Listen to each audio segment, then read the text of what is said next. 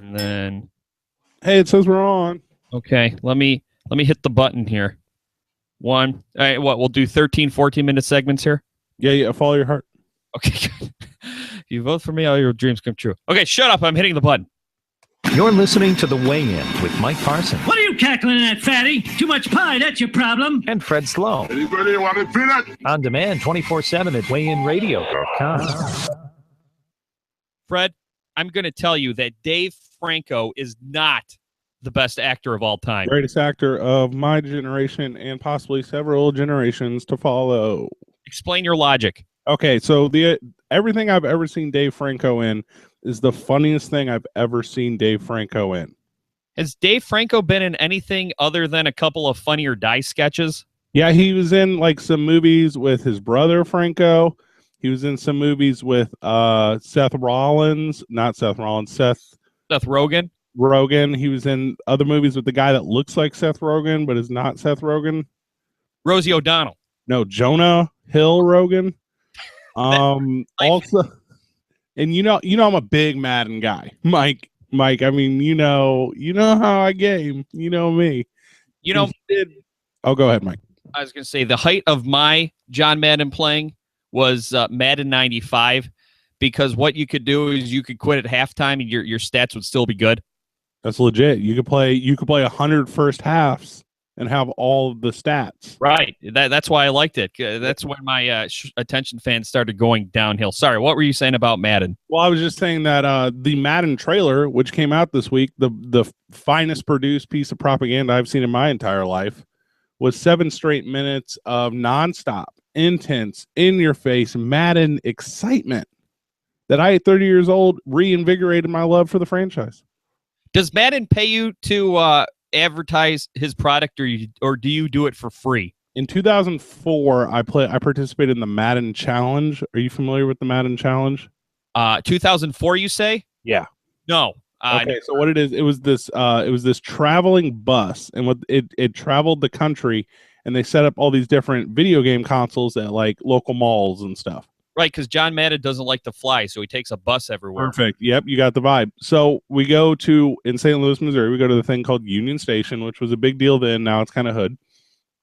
And they set up all these different Xboxes and PlayStations where all these people would compete against each other in Madden, i.e. the Madden Challenge. You still following me? Okay, yep. Bus Madden game challenge. And this is classic roulette Madden rules. I pick 2 teams. You pick which team you want to be. Okay, I will. Let's see, 2004. I guess I'll be the Tampa Bay Buccaneers. They were good back then, right? Well, no, but so the teams you pick were the Atlanta Falcons because they had Mike Vick. Okay. And then you pick the St. Louis Rams because I'm from St. Louis. So I picked these teams. Wait, was the St. Louis Rams in 2004, were they still the greatest show on turf? My timeline is messed up. It's the tail end. Okay.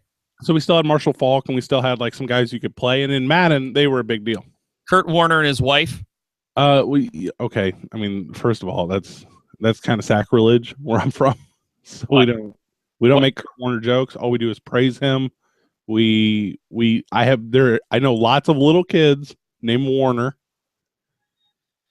He's basically the best thing to ever happen all time, in my opinion.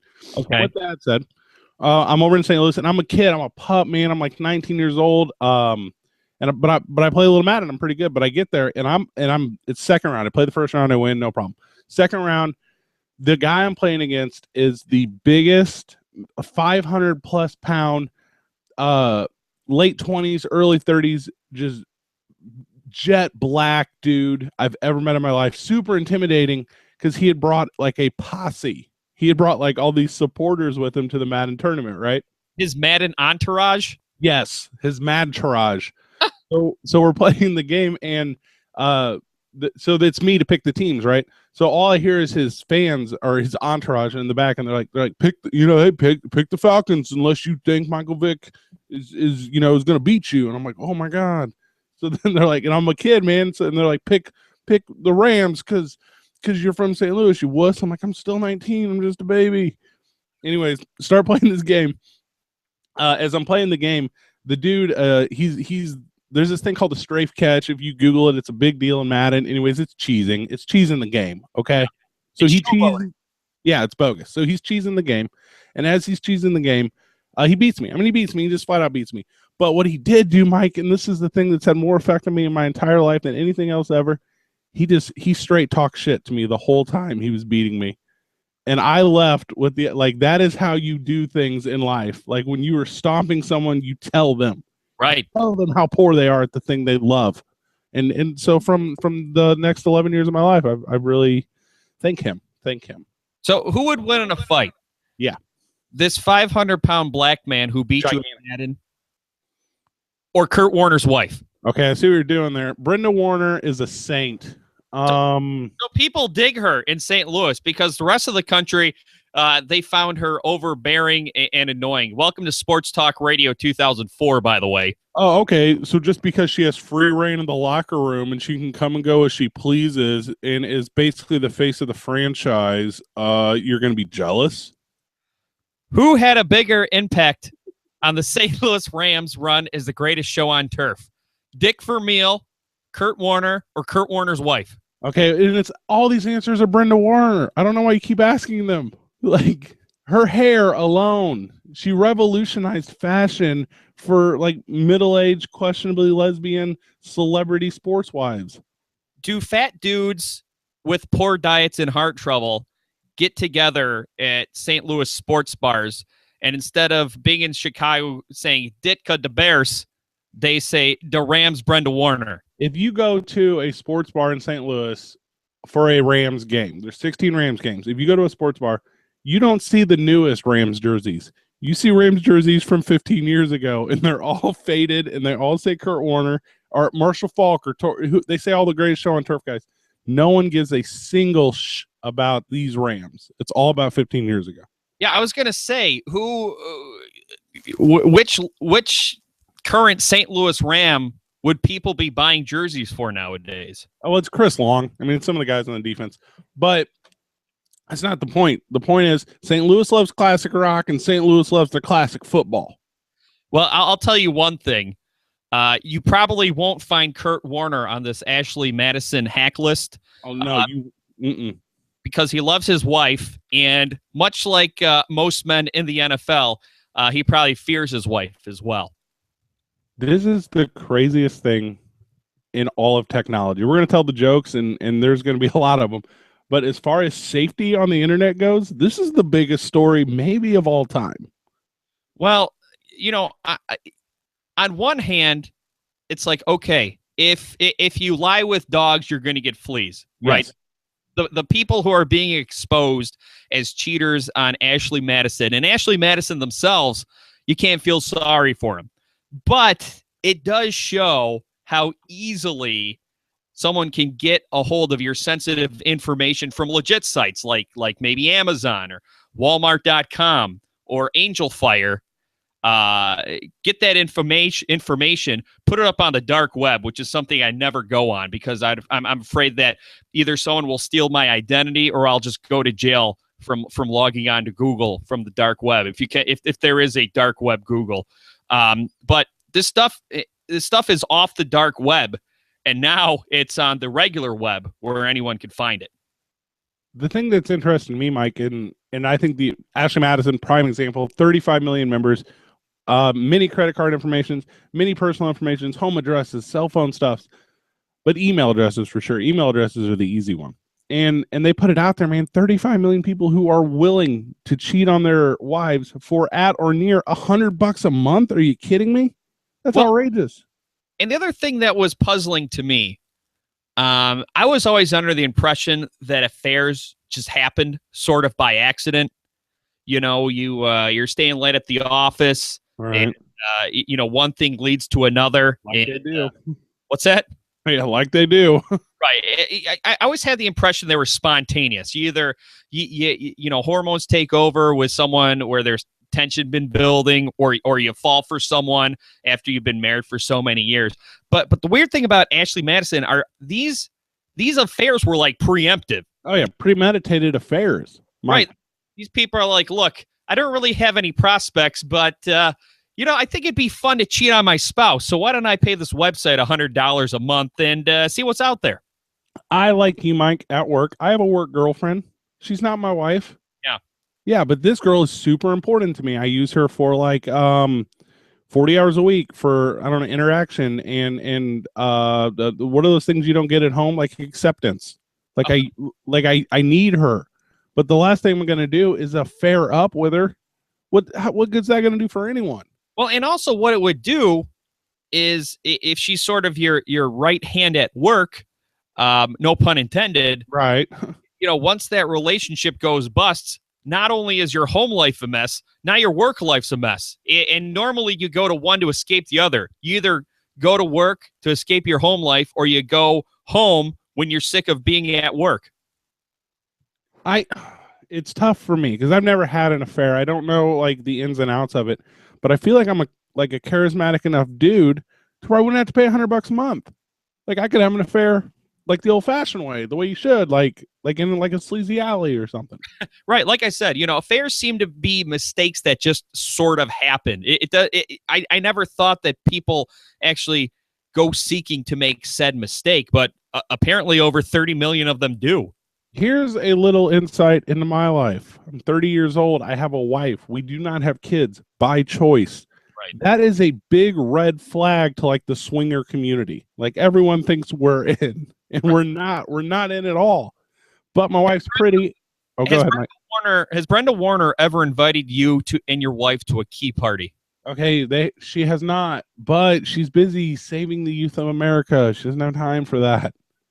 Best lady of all time. Anyway, so we are not a part of that world. But whenever we're like, because my wife's real pretty, Mike, she's super pretty, and I'm really funny. And like, if you haven't heard my original jokes, oh my gosh, you're gonna laugh the first time.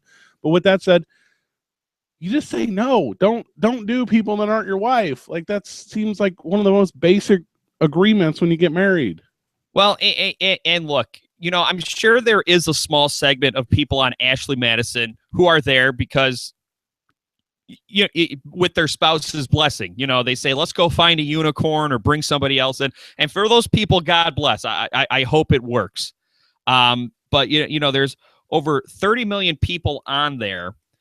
And, I think that this is sort of a time in our culture where we have to look at this and say, okay, is cheating a deal breaker anymore? And I think it's been going on for a while because with internet, with technology, everything is traceable. So if you're cheating on your spouse, you're going to get caught. Dog, people have been cheating since Henry VIII. Cheating ain't new. Right, but it's so much easier to catch people now that, I'm wondering if it's going to be taboo in another 20 years, or if people are just like, look, it turns out everyone cheats. You can stay married and go outside the relationship. And I'm just wondering if cheating is a deal breaker for a lot of couples anymore, especially ones who have kids, especially ones who are like, look at Hillary and Bill Clinton. That was 20 years ago. They didn't break up, probably because their marriage is more so a business arrangement than anything else. Well, and that I get, but Bill Clinton, old Sly Willie, he's a quick dude. Because whenever, like Bill Clinton, for instance, 20 years ago, he has his affair. The public shaming does not come to Bill Clinton. The public shaming, which is where I think we're going with this, goes to old Monica Lewinsky. Right. She's 22. She's a baby. If you're 22 years old and the president of the United States says, "Hey, hon," you're going to do it. You're going to do it every single time. Like, so Monica Lewinsky, who in my opinion should not have been the bad guy in the whole situation, and I hold on to this today. I'm the social justice warrior for Monica Lewinsky. She didn't need the rap she got. I'm with you, Fred, because I was reading something about Monica Lewinsky and how her life has been a struggle ever since, obviously, because she's got that Scarlet A or Scarlet BJ on her chest. But yeah, she probably wasn't the one seducing Bill Clinton. Oh, no. Bill Clinton was the charismatic politician who, by the way, happened to be the most powerful man in the free world. And by the way, that probably wasn't his only chick on the side. But, somehow, I got to remember the specifics. Monica Lewinsky became the most famous one. And now she's the one being called a slut. And she's the one who's been who's being called a home wrecker. As far as I know, last I checked, back in the 90s when it happened, Monica Lewinsky wasn't the one who was married. Well, and you're absolutely right. But the reason Monica Lewinsky caught heat, it was she's really your first scandal in the internet era, right? So she's the first one. In maybe you were too young then. I know I was. I have since read them, but like the phone records came out and like the transcripts came out and all these, like, you didn't learn about the cigar from like your buddy down the street. You read it on the internet. Like, and that's the point I'm trying to make is like all the juiciest information came out, and that's all people want. People want a good story, right? Same idea with this Ashley Madison thing. An even bigger hack than Ashley Madison was when Sony got hacked. Yeah. So when Sony got hacked and all these email addresses and credit card informations and personals go out, and Sony is a gigantic effing company. Like, they put cheerleaders in their offices for their tech guys. Like, Sony knows how to go. But Ashley Madison's a sexier story. And the consequences is exactly the same. You cannot be on the internet and be safe in 2015, period, and alt-delete, semicolon. Right. And like we said, this Ashley Madison thing, there's an element of karma and retribution. But like you said, Sony, so Sony's a company that makes movies and appliances. There's nothing really morally reprehensible about the premise of Sony. And it happened there. It happened at Target. Ashley Madison, there's kind of a feeling of retribution, but it should give anyone who has a credit card and or has ever used that credit card online pause, saying, okay, well, they went after Ashley Madison. What if they go after whoever I do my online shopping with? And they can. That's the part that's so intimidating. But if Amazon gets hacked, everyone's affected, so no one's affected. If Ashley Madison gets hacked, then 35 million people are affected, but then there's 315 million people who are better than you. And you know how people, just like I see it all the time locally, man. We talk about St. Louis and Detroit. We talked about it last week. I live in a semi-impoverished area, but in my impoverished area, there's a lot of very impoverished people. And the people who are semi-impoverished think they're better than those people for some reason. And this isn't something they generated. This is something they were told culturally. So if you can find a reason to think you're better than someone, people are going to latch to that. And I think that's Ashley Madison on the dot. We got to hit a quick break. It's the weigh-in, weighинradio.com. And cut. Cool. Halfway through, I don't know if you could tell, I was talking, then I forgot my point, and I went on to something else. Yeah, I saw that. That's life. Wait, did you really? Could you really tell? Oh, I saw you looking around. Also, I forgot. My phone rang. Oh, then no, I didn't see it. Okay, cool. I should have. Oh, I screwed up so bad. Alabama was the #1 state for Ashley Madison. That was the one thing I wanted to say, and I didn't say it. Yeah, there's more we could have talked about. I was going to talk about Josh Duggar being creamed by it, and just saying, look, if you grow up in a oppressive environment like that, you're gonna go and do whatever you're told not to do. You're just gonna hide it and feel more guilty about it. Well, and hey, good for the viewer on the video stream. But from like 1995 to like 2003, I didn't use my real name on the internet, man. Really? Like you know what I mean? I had like everyone. Don't tell anyone your real name. Don't tell anyone where you live. You don't know who's out there. Right. Like, my mom used to say that. It's like, don't send pictures because they're going to use the clues from the pictures and come and murder you. Right. Like my name for a long time was Bob Sacamano's friend. Who's Bob Sacamano? He's a throwaway character from Seinfeld, but I gotcha. Okay. I'm ready. Am I coming back? Yeah, you're quarterbacking this. So let me hit a rejoin and we will be ready to go. It looks like our levels are matched pretty well. So here we go. Radio silence. Now, back to the weigh-in. I've been on the radio quite a bit, but I want to do it like as a part-time thing. Not to make money, but because I love hearing myself on the radio. Weighинradio.com. Hey, and we're back. It's Fred Slow, Mike Parsons alongside me. You are listening to The Weigh-In. We're on weighинradio.com, Cave Radio Broadcasting, iTunes. You can watch our video on our YouTube stream. We have all the options. We have them all right here. I put up 10 fingers, but really it was only like 4 options. And you know what? If I could actually buy everyone an iPod with our episodes in them and take their finger and actually hit play, I would, because that's what you have to do when you're an online broadcasting entity. Because unless you're a comedian from the '90s, nobody cares about your podcast. I'm really into like Jim Gaffigan, but I'm not. But people tell me I should be, but I'm not. Well, the thing about Jim Gaffigan, he's funny, but there's something about him that seems like it's been played out already. If I could somehow do a podcast with like an extra, not an extra, but like a repeating but semi-repeating character from like Roseanne, I feel like our podcast would go through the roof. Like that chick who lived next door. I think DJ was peeping on her. Yeah, and because she had a son and DJ hung out with the son. Right. Yeah, she'd be good. She's probably not doing anything. Actually, I have no idea who she is. That is the truth about podcasts. And the thing about podcasts that are different, Mike, because you work at a radio station, I work at a radio station.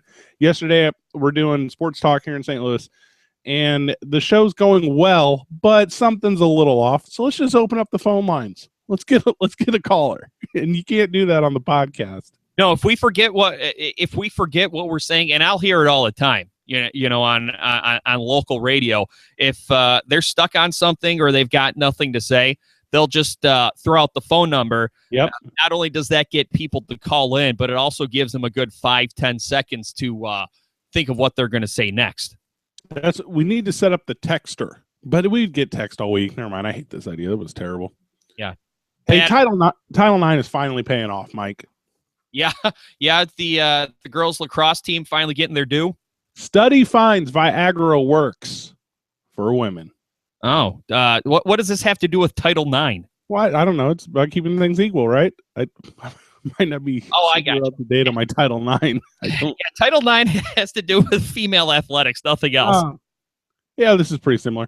A new study has found the impotence drug Viagra could ramp up sex lives of women who take it, just as it's done for men. I love this. Mike, how do I become a part of one of these studies? Good question. Yeah, what do? Do they give you Viagra and then say, okay, just email us when you have a boner? It's all about blood flow, man. I mean, you get things going, things heat up, and then you don't even need Ashley Madison at that point. Right. Or maybe you do, actually. I love it here. It says 50 million women suffer from some sort of sexual dysfunction. 50 million. That's like a drop in the hat. Well, that's good because the drug that they're calling the female Viagra turns out to not be very effective, and it's got like a ton of side effects. Much like Viagra, it was supposed to be something else. Like I think Viagra was supposed to be an antidepressant, and they realized that if your thing's not working, it'll get it started. This new female Viagra, which isn't Viagra, they're just calling it female Viagra, has something to do with mood.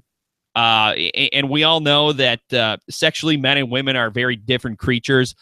Men are visually stimulated. We see a nice pair of boobs, we're ready to go. Right. But like with women, and this is why I think 50 Shades of Grey was so successful, like you have to engage their mind, and then it's like putting in 7,000 cheat codes before you finally unlock it.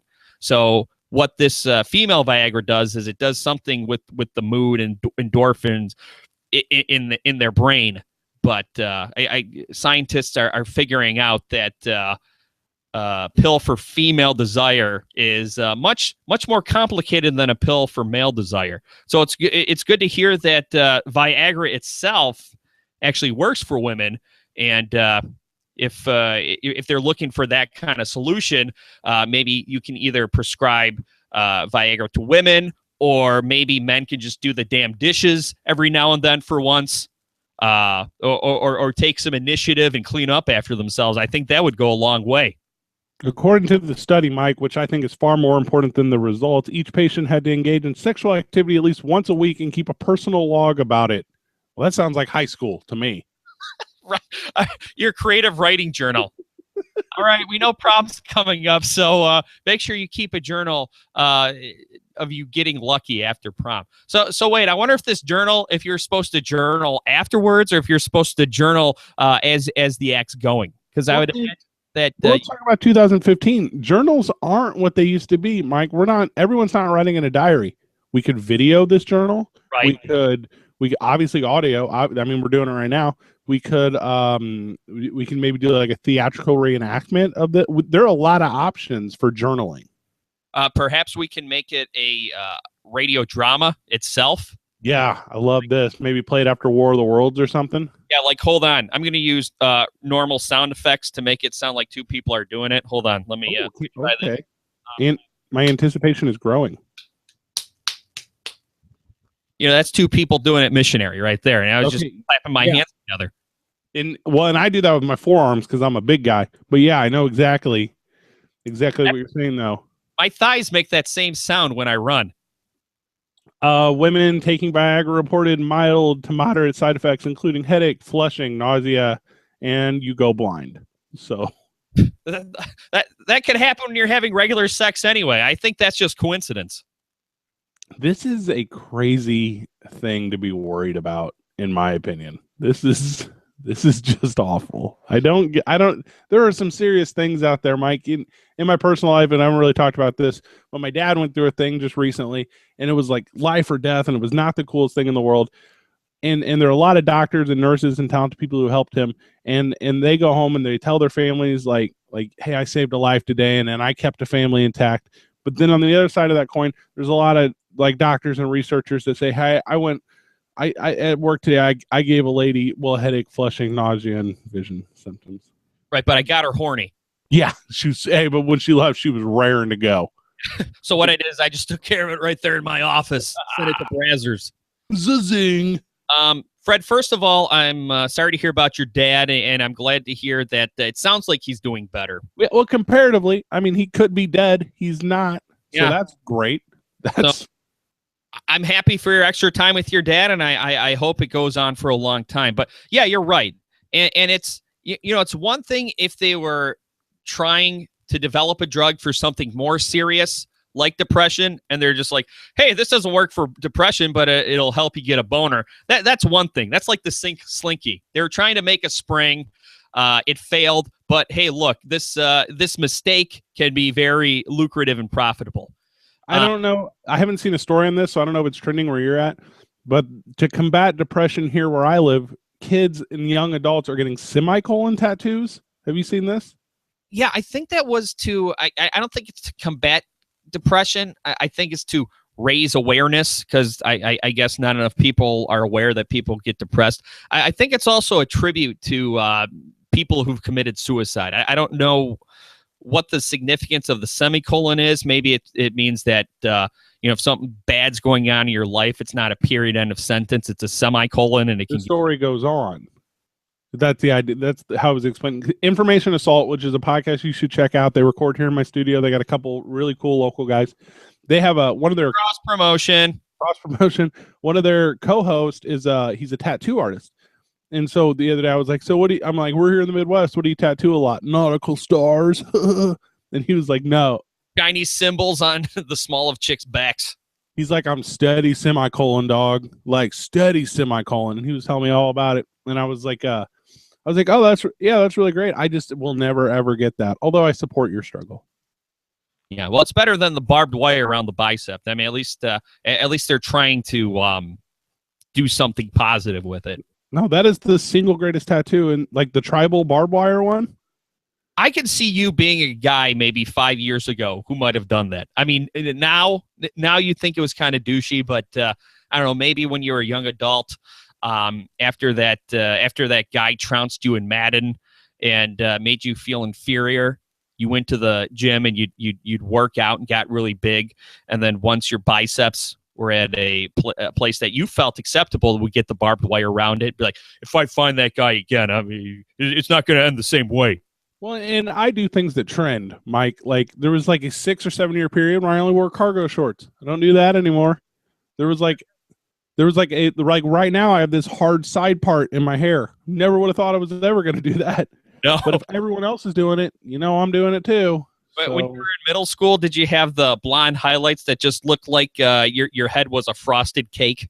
No, for a fact I had the buzz head, but I had the bangs. Oh, sure. Yeah, because that was the jam look. And then I had the undercut pulled back in a ponytail, obviously, looking solid. I've gone through some phases, man. Like really embarrassing blunder years. I've been getting the same haircut since I was 5. The thing is, people think I changed my hair, but I go like 3 months without it. Same haircut since I was a 5 buzz on top, 3 on the sides blended. That's it. Yeah, and you're not a bad looking dude, but yeah, I could. Well, I'm afraid to get a makeover because every time I see fat guy makeovers on TV, all they do is put them in a they put them in a sweater vest with a collared shirt underneath. That's like the go-to style makeover for fat guys. Well, in like the mid 90s when I was watching Boy Meets World every single Friday night, I was steady wearing sleeveless sweater vests. And Fred, I'm going to throw it to break on that note because coming up next, I've got some Boy Meets World news for you, actually. And you know what? It's going to be an old TGIF-centric segment. So stay tuned. It's the Weigh-In, weighinradio.com and caveradiobroadcasting.com. And we're out. Okay, that was a fun segment. I can't get the top of my webcam to stay where I want it. The bottom I have like pinned in. Yeah. Yeah, I need to mine is just right here on the top of my laptop. I got to get something here. During the week I'm going to have to set up the shot. I'm just so busy right now, man. As soon as this is my last week. Oh, hey, forgot to tell you, I don't know what you want to do next week, but I got to be in Albuquerque. Okay. So do you want to do, I could do something maybe from like my iPad or something. I don't know what the quality will be like, but we can give it a shot. When are you going to be in Albuquerque? Next week. I mean, like oh, what? I see what you're saying. Wednesday through Wednesday. Oh, wow. Okay. Yeah, my cousin's getting married again. Yeah, we could try that. I'm down. Whatever. Again? How many marriages is this? This is his second. Oh, okay. Well, he, like most people, got married like before the army, which worked out like, oh, it didn't, because that never works out. Yeah. You know, that'd be interesting to talk to him. I bet you a lot of people get married before they go to the army because, you know, they want to lock that down, you know. But, you know, they're normally 18 and they're normally thousands of miles away. Oh, you get paid more is what it is. Really? You don't have to live in the barracks with the dudes, and you get like an additional stipend to live with your girlfriend, now wife. So many things I do differently now. If you knew. Yeah, if I knew. Yeah, I'm not going to join the army and be forced to marry my high school sweetheart for an extra $1,000 a month. Yeah, that's true. But you know, I did know a guy whose grandpa was in the army, retired from the army after 20 years at 18. Then he went to be a postman. He retired after 20 years. So at 58, the guy was retired and had 2 sweet government pensions coming in. Okay, let's start this next segment, by the way. Yeah, sorry, I got distracted. I'm looking at this stuff. That's okay. It's the show. It's the show between the show. All right, here we go. I'm going to stop talking for a second so I can find this for editing later. Now, back to the Weigh-In. I'm a little worried about being a slut. weighinradio.com. I got to ask you, Fred. Yeah. It's the Weigh-In. Mike Parsons, Fred Slow. You did a good job of this last segment, so I'm going to emulate what you did. Mike Parsons, Fred Slow, weighinradio.com, caveradiobroadcasting.com. And I think that our RSS feed has been scooped up by all the major podcast aggregators by now. Yeah, we're on Stitcher. Check it out. Stitcher, iTunes, all that fun stuff. So, Fred, I got to ask, did you catch the Full House Lifetime movie last night? Mike, cut it out. Have mercy. No, I did not. I unfortunately, and this is going to sound crazy, on Saturday night, I go out. Oh, not me. Yeah. You know, I'm old. I'm there. So are you. But, you know, whenever there's a Lifetime movie on about one of my favorite shows from the 90s, I watch it, even though I know I'm going to end up being disappointed. Yeah, I didn't watch it. I had heard all the buzz. Obviously, it's a part of my childhood. Jimmy Fallon thinks it's important, so I think it's important. Yeah, that's true. Jimmy Fallon, and funny enough, after the Lifetime movie, they did a behind the headlines of Full House, and they interviewed the editor from BuzzFeed, which to me, Jimmy Fallon and BuzzFeed, they are the gatekeepers of nostalgic media. I wouldn't even know it was nostalgic if not for, and we've had this talk before in the past. Obviously, I block everything BuzzFeed. I don't let the website into my home. It's like BET. I don't let it on my TV. I just keep those things away. But yeah, if Jimmy Fallon tells me I should like it, I'm gonna like it. That's true. And you know what? If Jimmy Fallon brings on the cast members on his show, you're gonna repost that video.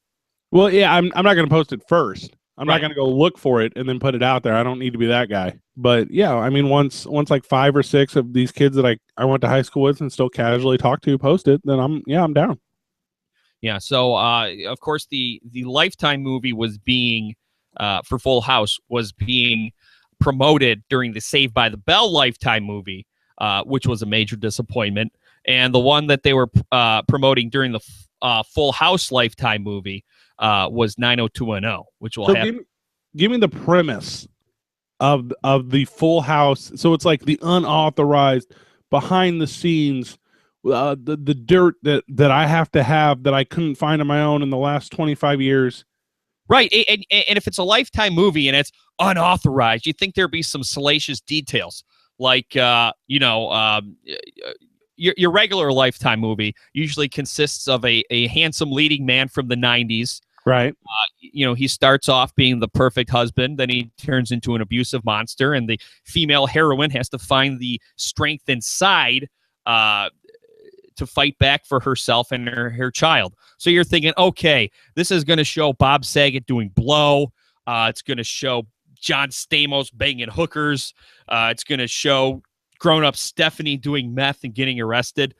None of that. It was very feel-good story. The only trouble really was that Bob Saget hated the show at first. Then once he started liking the show, he became friends with Stamos. Him and Coulier were already friends before. And pretty solid, right? And yeah, like you and me, Fred. And then once he starts liking the show, then his wife gets jealous because he likes his TV family more than the regular family. So their marriage is strained, and his sister died. Classic rom-com, right? Exactly. But I mean, Jesus Christ, they had the Olsen twins right there, which the Olsen twins, since their 17th birthday, have slowly been dying inside. I mean, just look at them. They're shells of their former selves. Nothing about that was touched on. It was seriously just the time between when Full House started and when it ended. All right, I'm going to ask some real obvious questions because I didn't see it, but I need to know. Yeah. How did it look? Okay, what was it right? Did the home look right? Was the dress right? Like how was it built? Well, number one, the set that they built to represent the Full House set. You remember the living room from Full House? Iconic. It had the balcony, and then it had the stairs on the left, and then there was the front door. The one they did for Lifetime, it looked like the living room from All in the Family, which kind of threw me for a loop. That doesn't really apply. I don't understand why it would. What do you mean? Why would? So was Full House shot in All in the Family? ? That's what it looked like. I think they could have done a lot better with the set. The best casting job was Uncle Joey. The guy playing Uncle Joey sounded and looked just like Dave Coulier, which to me, so insulting to that guy. You know what? Dave Coulier, he's from the Metro Detroit area. From all accounts, he's a nice guy. But as far as TV Uncle goes, I find that Uncle Joey was the weak link on that show because he was so obvious. Uncle Jesse was funny because he wasn't supposed to be funny, and he was too cool for school, and then you'd see him in these situations, and it was funny. Uncle Joey just throws out a Popeye impression, and we're all supposed to laugh. Alanis Morissette would argue with you that Uncle Joey's a good guy. She's going to say otherwise. But if I'm going into a casting call and say I'm shooting for like the Stamos role, but they're telling me I'm more of like a Coulier guy, like I feel like that's a pretty insulting like casting call. Yeah, but to be honest, number one, maybe Alanis is over it, and she's happy for Dave Coulier and wishes him well from a distance. Number two, I don't think that you would go into a casting. If you go into a casting for a Full House, I think you know which one of the guys you're going to play. I don't think that someone who looks like John Stamos is shooting for Uncle Joey or vice versa. Were all the catchphrases there? Were all like my favorite 90s memories? There wasn't a whole lot. There was a couple. There was a "You're in big trouble, Mister," because they were showing how one of the producers had to feed Michelle her lines because she was a baby. Of course. When Candace Cameron met Valerie Bure, her hockey playing husband, he goes, "Yes, I learned to watch. I learned to speak English watching Full House all my Lanta," and that's it. There was no Have Mercy. There was no Cut It Out. There wasn't even a How Rude, which rude. Right, that's what I said. How rude that there's no How Rude. But Uncle Jesse, the guy who played John Stamos, he sounded and acted like John Stamos, but he looked like Lou Diamond Phillips, which was kind of weird. And the guy playing Saget, he was okay, except for when he was playing dirty off-camera Bob Saget. Mm-hmm. He had a hard time delivering comedic lines, unless he was emulating Danny Tanner. In the special, did they ever tell you what happened to Predictability, the Milkman, the Paperboy, like evening TV? It was all destroyed in Obama's America. It was going strong until then. Now it's gone. Thanks, Obama. Yeah. So hopefully Donald Trump or D's nuts will restore order and predictability. So is it a watch it or is it a skip it? Mike, you give me right now what I should do in this scenario. And keep in mind, I love a good train wreck. I would say watch it if you get around to it. I would give it a C+, right there in the middle. If you don't follow me on social networking, Facebook, Twitter, all those different things, and this week, like I said, I had a thing going on with my dad this week, so I had a lot of time like on my phone at the hospital. Right. I was on fire this week. Yeah. Like I spent some time like I was really giving Sprint their go-to like as far as data usage, and I didn't see anyone talking about this movie. No, I think what happened was the Saved by the Bell movie was so weak that there wasn't a whole lot of buzz. But there has been a lot of buzz about Fuller House, which is a reboot. And Fred, I don't know if you and I should do Riff. Well, I don't think it's a reboot though, Mike. I think it's like a sequel. It's a sequel. What I think now. Oh, by the way, the casting job for Steve was terrible. The guy was Asian, I think. Oh, yeah, that's no good. But so now DJ is the widow with 3 kids. But Steve is supposed to appear in the sitcom. So I don't know if they're just going to do some flashback death scenes with Steve, or maybe what happens is after all these years, DJ and Steve meet up again and then they rekindle the relationship. I'm just going to have to buy the 3-month trial Netflix membership when it comes out to find out. Mike, I'll just give you my password. And yeah, I saw the premise for the show. It's so DJ marries a guy named Fuller. So that's a dumb name. I'm glad he's dead. Yeah, well, I don't think it was his first name. So his name's like Joseph Fuller, who's also like I think he founded the Mormon religion, but I'll have to look into that. She marries a guy named Fuller, and then so it's Fuller House. So then DJ and Gibbler and I don't know Steve have to raise her 3 daughters, i.e., maybe it's sons. I think it might be sons. Ooh, that would make more sense because the daughters thing has been done already. It played out, right? Well, just like in Girl Meets World. I don't know if you watch that. It's terrible. Actually, Fred, real quick, the only purpose for Girl Meets World is to answer questions that were left unanswered with Boy Meets World. And I'm happy to report on a recently aired episode of Girl Meets World, Mr. Turner is alive. Not only is he living, he's thriving as the superintendent of New York public schools. So all of them? All of them. He must be very good at what he does. Well, he couldn't ride a motorcycle for shit, but yeah, I'm glad he went on to a really successful career. And do you remember when he quit the show in real life? He went on to he took a sitcom over to NBC playing a cross-dresser.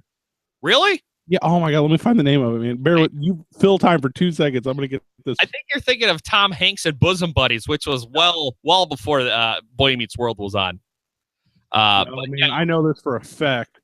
but Girl Meets World is terrible, and I think their biggest mistake was making their Minkus character a main character, especially because he sucks. No Well, I offense, 12-year-old kid, but in the early years, I thought he really worked. yeah, because Minkus was a side character, and like I said, this new Minkus name is Farkle. He's a little over the top for me, for my taste, but the show's not for me. I'm looking right now, man. Just bear with me. I am so sorry. This is very important, though. Well, you know what, Fred? It's about time for a break. So why don't I hit the break, and when we come back, Ask Harriet. Boom. What's it called? Ask Harriet. Ass Harriet? No, ask. It's like a question thing. Oh, was that on the TGIF lineup? Because for a while, the TGIF lineup was kind of in flux. Jack Cody loses his job and has to dress up as a woman to get his job back. Sounds hilarious. I'm guessing it didn't do too well. 13 episodes. I don't know what network it was on. So, Well, hey, he had to strike while the iron was hot, didn't he? hey, thank you for giving me this moment just now. I needed to know this before the rest of my day goes on. Well, Fred, I'll do that because not only are we partners, we're friends, and we're also late for the break. It's the weigh-in, weighinradio.com, caveradiobroadcasting.com. Hold on. Real quick, let me see who called me here. I'm going to be, let's see, hold on. How much time we got? We got to be close. We have another 12-minute segment here. That's not bad. Yeah. So let me just call this, listen to my voicemail and make sure it's nothing important. Then we can start. So my air conditioner's out. Yeah. And I've been in, like, the studio is in my basement, right? And, like, I've been down here just farting for, like, the last 20 minutes. Right. And there's nothing to, It's not going anywhere. it's just, you're stagnating in your farts. This is awful. It's like I'm stewing. So is the HVAC guy come or no? Did he reschedule? Yeah, he came this morning. He didn't have a meter or something he needed. I don't know. It looks like I'm gonna have to replace a I don't know, some sort of condenser or something. I'm not sure. Oh, it's just my pharmacy. Okay, that's good. A capacitor. I have to replace a dual capacitor. That's what I put in my phone here. Flux capacitor. Yeah. So Yeah. you have to replace it. Isn't he supposed to replace it? Well, no, the part only costs like $20. So if I go get the part, I can do it and save like labor. I gotcha. Oh, you can fix it yourself. Yeah. Well, I'm a pretty capable dude. Like I can do like shit like that. Yeah. Well, like what I've noticed is that with a house, I can Google just about Duh. repair I need to do, except for a couple. Like the bifold door, I can't. I just make it worse. So far, that's the only one that stumped me. Everything else, I've been able to figure out. Sorry, I'm ready if you are. Okay. All right. This is your segment here. So let me see what I'm going to play here. All right, we'll play this one. Okay, pushing the button. Now, back to the weigh-in. Thank you so much for saying what needed to be said. Weighинradio.com. It's still real to me, damn it. Can we take a quick second, just like thank the people who've helped us get here, Mike? Yeah, sure. Rich Lazinski is the most talented voiceover guy going. Period. Yeah, Rich Luzensky is the guy you hear in our opens. And I would describe his voice as bathing naked in a warm tub of butter. That's made out of silk. Yeah, right, exactly. Yeah. With a happy ending. Yeah, it's a silk bathtub full of butter that finishes you off. He's just the most talented guy. And he gave, as far as eloquent, I've been in, and I'm about to be in one more. I think I've been in 12 weddings. Wow. 13 weddings. I've been in a lot. I got a lot of friends. I'm tall. I got a lot of friends. And I went to your wedding. I wasn't in it. I was able to be a witness to it, which was just the nicest thing in the whole world, man. I really appreciate that invitation.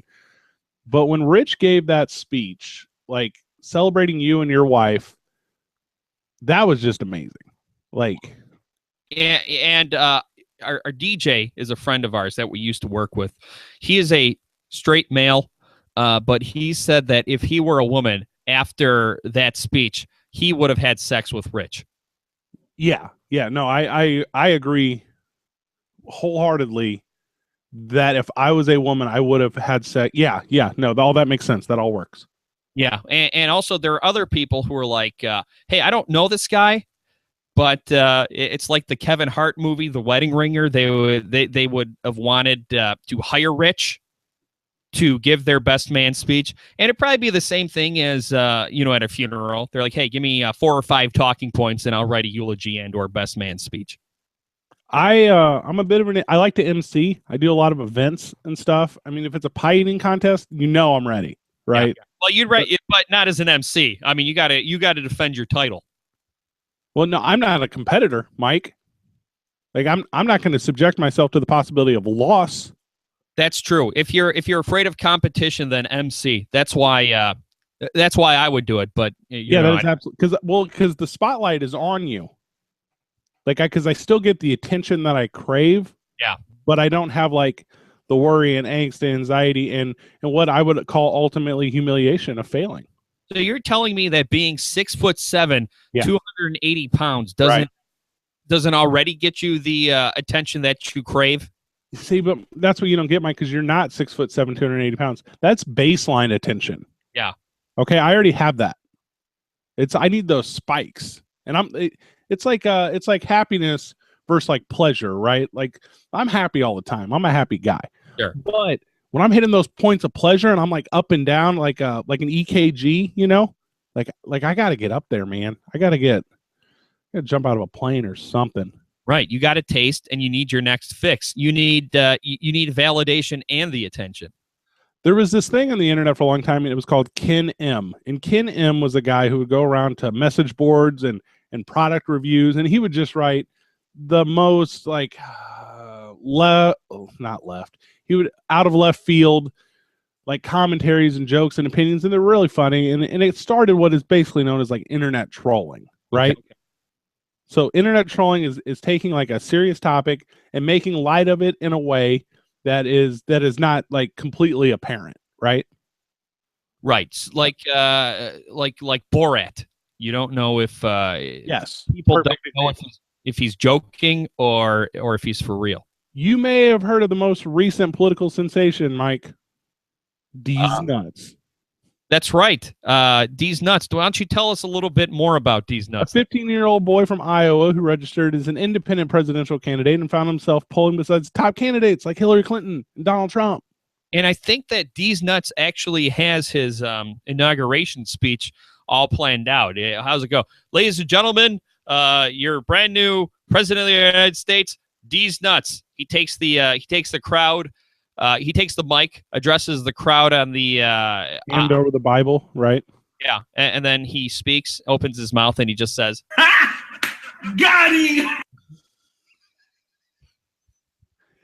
Real life D's Nuts, 15-year-old Brady Olson from somewhere in Iowa is now officially endorsed Bernie Sanders, the liberal senator from Vermont. So, wow. Well, actually, let me clear something up because number one, D's Nuts on the surface, he just sounds like a stupid kid trolling, but I think he has to be pretty smart in order to not only change his name legally to D's Nuts, but to somehow get himself out there to poll in the top 3, Iowa, one of the Carolinas, and something else. He came out and said that he's endorsing Bernie Sanders as the Democratic nominee, but he also endorsed Ohio Governor John Kasich for the Republican nomination. So he's not necessarily endorsing anyone for president, but he's endorsing a candidate from each party to be the nominee. According to the New York Times, D's Nuts drew 9% in North Carolina, 8% in Minnesota, and 7% in Iowa. Figure it out, you 3 states. That is just terrible. Yeah, and you know what? I mean, I think this is a statement. I've read interviews with the kid, and sounds a lot smarter than I was at 15. But I think this goes to show you if the Donald Trump fiasco hasn't told you everything you need to know about where our democratic process is now. Now a 15-year-old named Deez Nuts, who's not even eligible to run for president for another, 20 years? I think you have to be 35. 35, right. Run for president, and he's in the top 3. I think that goes to show you either the power of the internet, because these are polls. I mean, people just go and they vote on them, vote on them multiple times. But assuming that he genuinely is in the top 3, just goes to show you that some of us out there cannot handle the responsibility of voting. Well, and the internet's a neat thing because, things trend, Mike. We were just talking earlier about my haircuts, and Deez Nuts is obviously the new what's up. And, I'm wondering if by the middle of the week, Deez Nuts is still going to be a story. Probably not. I think it's something we chuckle at, and then we move on now that everybody knows what the joke is. This is a real story. I'm going to Albuquerque next weekend, right? I'm going to my cousin's wedding. I'm very excited. Congratulations to him. We're flying Frontier. We're flying Frontier because I found an ad online that if you use promo code Deez Nuts, you save 50% on your airfare. That's not made up, Mike. Holy cow. I wonder if Deez Nuts is going to get a cut of that.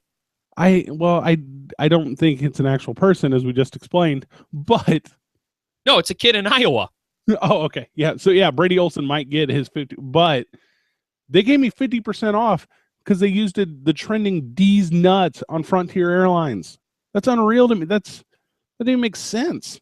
Do you trust an airline, number one, called Frontier Airlines? If I remember correctly, Frontier times there were no airports. There were just ox pulling covered wagons. And number two, do you trust an airline that will give you 50% off based on what's trending number one on Twitter? Normally, it would cost me and my wife at or near $625 to fly to Albuquerque. Now it is costing us at or near $307. I'm doing it. I'm going. So you're taking your life into your own hands for a great deal and an internet laugh. It's a 16-hour drive, Mike. It's worth the risk. Yeah. Okay. Well, what I will do is I will book my Greyhound to St. Louis in the event that there's a funeral. And since you are 6'7", 280 pounds, chances are they're going to need an extra hand to carry your casket, unless your remains burn up. In that case, then I'll just go for the luncheon afterwards. Well, and with any luck, me and my wife both die. We die obviously at the same time, obviously. Right, so you don't have to live a day without her. Yeah, it's oh my god, such a romantic and fiery crash. So fiery crash and at the same time. Yeah, I hope so too. And look at that, Fred. On that happy note, we are all out of time. Episode 2? Shoot. Episode 2 and possibly the last, depending on if you get back alive.